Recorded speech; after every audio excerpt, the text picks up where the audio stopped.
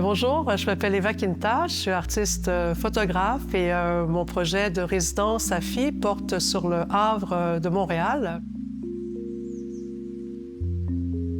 La phrase qui m'a guidée, c'est comment on habite le Havre physiquement, socialement et symboliquement. Je marche le Havre depuis des mois et personne ne me parle du fleuve. Donc, ça a vraiment éclairé un rapport qu'on pourrait dire ambigu, en fait, des résidents envers ce fleuve qui pourtant me semblait omniprésent. Je pense qu'on peut comprendre que la réalité du port de Montréal, des Rives, est un lieu privatisé depuis longtemps par les usages industriels. Il y a beaucoup de barrières, en fait, les trains, les silos, il n'y a vraiment pas un accès immédiat à l'eau. Alors, les gens n'en parlent pas et on m'a parlé beaucoup du patrimoine, mais aussi des développements immobiliers.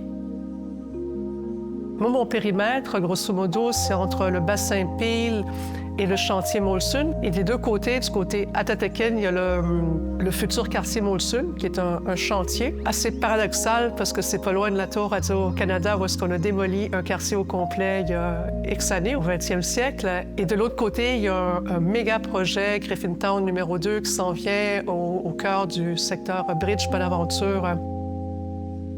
Ce que ça a révélé aussi, en fait, c'est des lieux que je connaissais pas. Par exemple, le Grand Quai, l'ancien quai Alexandra, il y a un parc qu'on appelle la Place des Commencements. Et j'ai découvert des lieux qui m'étaient inconnus aussi, comme la Maison des Marins, qui est une institution vieille de 100 ans et plus, mais qui est un lieu d'accueil de milliers de marins au monde qui font escale à Montréal, où on leur offre un soutien tant logistique que spirituel. Donc, beaucoup d'humanité quand même dans tout ça. Une autre observation, en fait, c'est l'omniprésence du train sur ce territoire-là. Je savais qu'il y avait un train, mais en marchant le Havre, vraiment, il s'impose. On le croise régulièrement. En fait, ça m'amène un peu à des enjeux aussi d'importance du territoire, qui est la question de la cohabitation. Les usages industriels, post-industriels, comme le train, cohabitent avec le voisinage et ça crée du conflit. Et les trains sont devenus, en fait, un enjeu. Ils sortent du port et des fois, ils sont stationnés. Alors, il y a une pollution par le bruit, les résidents se plaignent. J'ai pris conscience, en fait, de ces enjeux-là de cohabitation qui vont juste s'accélérer parce qu'on veut densifier ces terrains-là avec encore des nouveaux voisins, de nouveaux usages.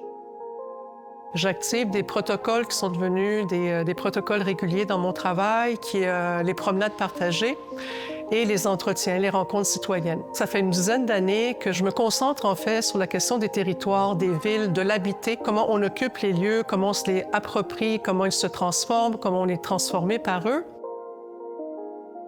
Plus récemment, j'ai décidé de m'intéresser à la marche davantage peut-être comme mode d'expression. Donc, qu'est-ce qu'on ressent en marchant? J'ai voulu découvrir en fait une histoire qui est celle de ma famille, en fait, de la guerre civile espagnole et de l'exil républicain. Quand Barcelone est tombée aux mains de Franco, en fait, en 15 jours, il y a 1,5 million d'exilés à la frontière des Pyrénées. Donc, j'ai voulu marcher ce qu'on appelle les chemins de l'exil.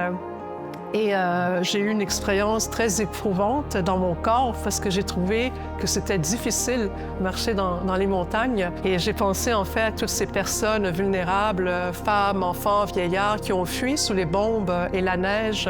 Donc marcher l'environnement, mais avec une expérience très sensible, en fait, avec une écoute attentive. Et la marche permet de faire ça, de prendre le temps, d'observer, de ressentir. J'ai lu quelque chose qui me fait beaucoup sourire.